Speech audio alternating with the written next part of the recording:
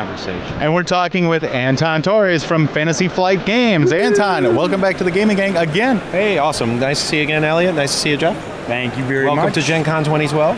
Yes, fantastic show so far, isn't it? It is. I haven't seen more than my booth, but we've been having a great show, and I've been hearing nothing but good things about everyone else. So. Well, you have a wonderful booth, as always. Thank you. Here. Lots of demo games going on. You've got lots of new stuff we can talk about. Oh, yeah. It's going to blow a lot of people's minds, I think. All right. We hope so. So what do you? I believe so. Where do we start? What would you like to? Let's start with the big releases that I've seen everybody carrying copies around of. All right. So we've got Netrunner. Android Netrunner released on Thursday morning. Yes. And so did X-Wing. Android Netrunner sold out, I think, at 10 after 10 on Thursday morning. Well, it's a good 10-minute window people had to buy it. It was... except for the VIGs. They were in here at 9 a.m. But the line was... I've never seen a line like the one that we had. It stretched multiple times around the entire booth and then down the hallway.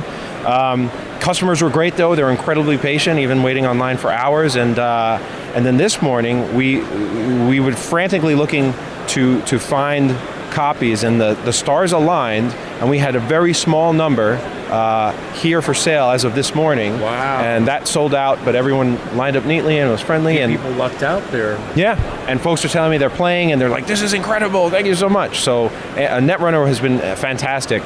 We're going to have a Netrunner tournament later today. Even though folks just picked the game up, we have a 64-seat tournament that when we posted this a couple months ago sold out in 3 hours. Wow. So I said, wow, a game that hasn't been released, that no one has rules for and no one has decks, they're ready to play. Right. So that'll be happening. X-Wing. Yes. Right. Last year, Star Wars, we have this license to produce miniatures games, role-playing games, and card games. Right. X-Wing arrived, as well as the first 4 ships in Wave 1. TIE Fighter, TIE Advanced, Y-Wing, and the X-Wing. Yes. And those are flying off the shelves. No pun intended. No pun intended. Just so that's been incredible. We also had our inaugural X-Wing tournament last night. So the same idea. Hey, you have this game. Let's just come and let's play. Let's throw down. Right. So folks were building. It was fun to see what they build and what they brought to the table, what kind of pilots, and that was a success.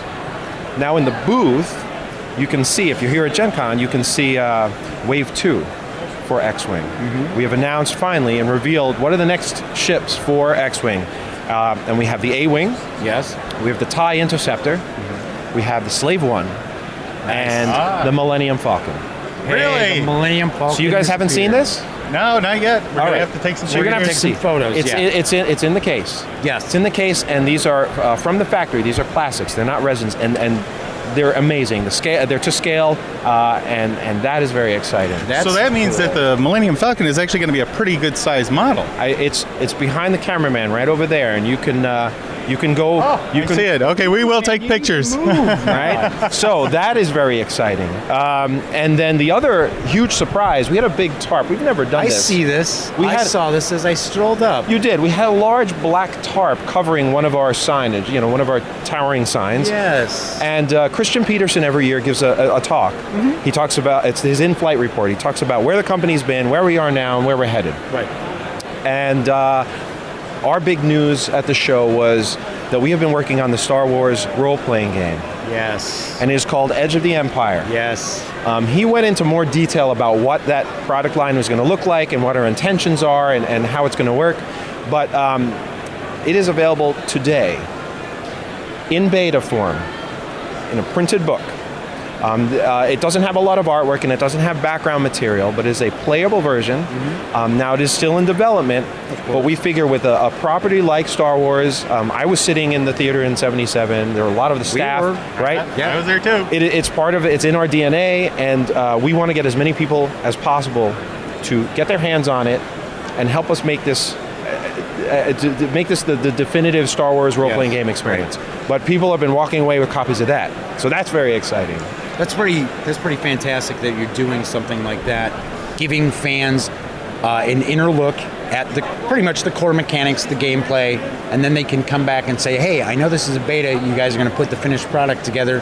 I have an idea, and if it's a good one, it'll make it into the book. Well, we all as gamers, we are gamers as well. and this is something that's, I think, fairly new for us, right? Let's see what comes of it. But it is a fully playable game. It is not a suggestion. I mean, it's a big, thick book, so you should check that out. And if you're a Gen Con, if this goes up in time, you should come see it.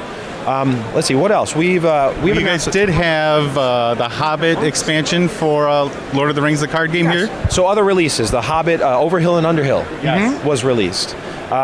We also then announced a couple of expansions that aren't available, but Descent, 2nd edition, has its first expansion announced now, Lair of the Worm.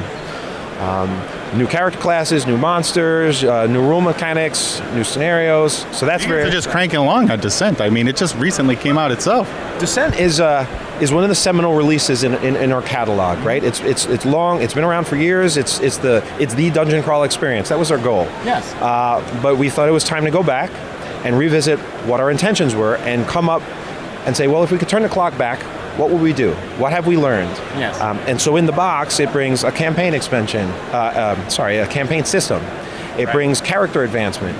It is slimmed down the components that are necessary to allow you to play in an hour and a half for each adventure, but then actually go through an entire 20-hour campaign, and that's all in the box. And you actually customize your character in ways that in hindsight, we would have loved to have done, and we tried to accomplish with Descent First Edition. But now it's in there, and fans have been incredibly positive about the game. So we're thrilled. I know everybody was just gnashing their teeth, ready to get this when it was coming. I know Elliott is a prime example right here. Have you played yet? I don't know if either of you, that's your kind of game, but no, it is our kind of game. It is my kind of game. It is. Remember, it's sitting on your desk. Oh, that's right. No. And I think so you've been playing Infiltration is on there. him. No, but after Gen Con, I have a stack of things to go out, and I forgot. And that and the conversion kit, because you said I think you have the original. Yeah, so you can try that out as well. So anything that you've ever had for First Edition, as far as plastic, the heroes and the monsters, you now can use in this version. So that should be fun. It will be nice. That'll definitely be nice. The monster manual just tripled in size. Exactly. Right out of the gate. What else? We have Talisman the City expansion was announced. Merchant of Venus is here in a production sample. Yes. So Is it? actual components, actual plastic, actual board, and it's being demoed. So if you haven't seen that and you have interest and you want to see kind of what is it that we chose to do with this classic game, we made some tweaks and we made some refinements. We left the core intact, and you can play that over here with Rob Kuba. For customers, when it's released, there's the flip side of the board has the classic map. Yes. Now it's our artwork, but it's the classic map, and it has a second rule book with the classic rules, and then components to support that. Yeah, that was a really good move. I mean, Very nice. because that was a concern of a lot of people. I love Merchants of Venus, the original. Sure. Well, now they got an option to play either. Just much better components too. Sure. And that it's available. Yes. Right. One of the tenets of our business is there are classic games that we believe should be in print. We completely agree. Cosmic Encounter is a great example, right? Yes. Right. It's one of those games that should be in print. Wiz War we just brought back. Fortress America we brought back. And this is one that we think people are going to dig. I know you also have a release for the show for maybe some lighter gamers, more family gamers, because we love our heavy lifting FFG games, the epic games. Yeah. But you've got UGTech. We have two here that we're demoing that fit a different mold. UGTech is a party game where teams of players are essentially using cave people talk, like ugungu ugungu, and hand signals. That is right. And a big club, because club is really it's like punctuation in the cave person language. You and a team of players are trying to move a number of colored blocks into a very particular pattern, right? You're cave architects, but you could only use cave person talk and body movements. And if somebody's doing something wrong, they get conked on the head with the... Yes or no. There's 1 hit on the head for yes and 2 hits on the head for no. There we go. Okay. Right? Or it's the That's other how it way. works at my house. I just start hitting. Can usually. I replace the inflatable club with like a billy club? Is that okay? Maybe there's an expansion someday, but Nice. but right now there's only the inflatable club. So there are 2 in there, so 2 teams. That's great, and it's been fun to watch people play this. Sure, of course. The other is called Dungeon Fighter. Dungeon Fighter is right next to the table here at the demos, and it is a cooperative dungeon crawl dexterity party game that if you haven't tried it, you might want to. I haven't heard of it, actually. It sounds very unique. It is. There's a giant target that's in the center of the table, and you're going to go through different rooms of a dungeon. You and your other fellow adventurers, whatever character classes you happen to be, with your special abilities, traveling through the rooms, fighting monsters in each. And the way that you attack is you'll roll these colored dice, and you will bounce them on the table and land them on this target. If you get in the bullseye, damage is really high. If you hit on the edge, damage is really low. So you're trying to get good Almost shots. like a All right. feel to the game. I was going to say it's a drinking game. Crokinole? Oh, that's it. Yeah. Adults can do what they choose to do with it. But as you gain special abilities or particular monsters, now you're going to have to throw those dice in different ways. So you might gain a magic sword of vengeance, and you have to throw it under your leg. Or a certain monster, is a giant creature, and you have to toss it from under the table. So at the end of the day, we went to Games AUS recently, and what we did after hours is we played Dungeon Fighter. Really? And we just laughed it up, and then we passed out because we were exhausted. So that's something to check out. All right. Response to Relic been here? So we brought 2 copies of Relic, and we have these prototypes here to play with, and fans are just swarming to the table. So we haven't made changes. I mean, this is just a prototype version. The difference here is these aren't fans steeped in the GW lore, perhaps, as they might be at Games AUS, and the response has been nothing but positive. I've seen full seats at the demo tables all around. Speaking a little of 40K, you also have that beta that's going on for the role-playing game, the new role-playing game for 40K. Only War. Yes. Thank you. So Only War, if people are familiar, we have a number of product lines in Warhammer 40,000, and they all, each delivers a different slice of the 40K universe. Yes. Okay, so Rogue Trader is all about adventuring and profiteering on the edge, the fringes of the Imperium. Dark Heresy is about rooting out corruption. So if you like intrigue and kind of, tense, dark stories, that's what you'd like to play. If you want to have a big, massive combat and military and squad working together with your squad of Space Marines, you go for Death Watch. Only War takes. Essentially, it's a band of brothers feel. You are humans most of the time, and man, you are the grunts. You live in the mud, and the life expectancy is not very long. So you're Imperial Guard. You are Imperial Guard, okay? And the question is, well, what would that bring to the table? And it's really about camaraderie. It's about you and your unit and your squad facing foes that are way outside of what you can really deal with, but trying to find ways to work together to solve whatever problem or crisis or face whatever foe you're faced with. Right, because usually the Imperial Guard is overmatched. Absolutely. Yes. And they have a lot of guard. Yeah. So there are some clever mechanics to bring that feel to the table. But we think it's a very human story. It's a different side of the 40K universe, and the fans have been ecstatic. There is an Only War beta available, just like with this other role-playing game that we have. For Star Wars, yeah. For Star Wars, where people now have the opportunity to contribute and refine a game even further than we have. Players are gonna muck about, and they'll engage with what we bring to the table. But we're gonna see how this works, and we think it'll be a better product. I know the Only War beta. We're not talking about just 30, 40 pages. We're talking hundreds of pages of material. It's just not a lot of art. Absolutely, no art and no background fluff. Right. So it is a fully playable game. Yes. So if you're interested now, great, jump on board. If you want to wait till the actual release, awesome. I like pretty things, so yeah. All right. Yeah, it'll be out later in the year. Excellent. What's coming down the pike that you might be able to share with us? You did break the big news about the Star Wars RPG, which is very cool. All right. Yes. We need to have a good Star Wars RPG always available for sale. Well, There will be one. Yes. And where we take it is going to be very exciting. It's all going to be Jar Jar Binks focused. Absolutely not. But we'll see. Who knows what the future brings? Throw me under the bus. No, I'm just... See, Lisa rolled 20. So I can sit there and say, this now gives the opportunity for all these Star Wars role players to actually Jar Jar Binks. we'll see what people do, right? It's a storytelling I medium. can say that. You don't. All right.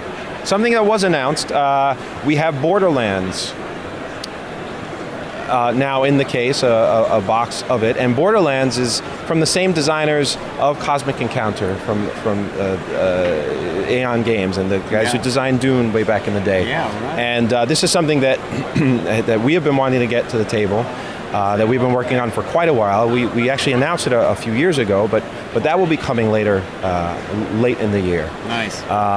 Game of Thrones. We have a Game of Thrones, a card game. Right. Okay, that has been out for just about a decade. The card pool is incredibly huge. It's incredibly deep. The players are rabid. It's one of our largest tournaments are the AGOT tournaments.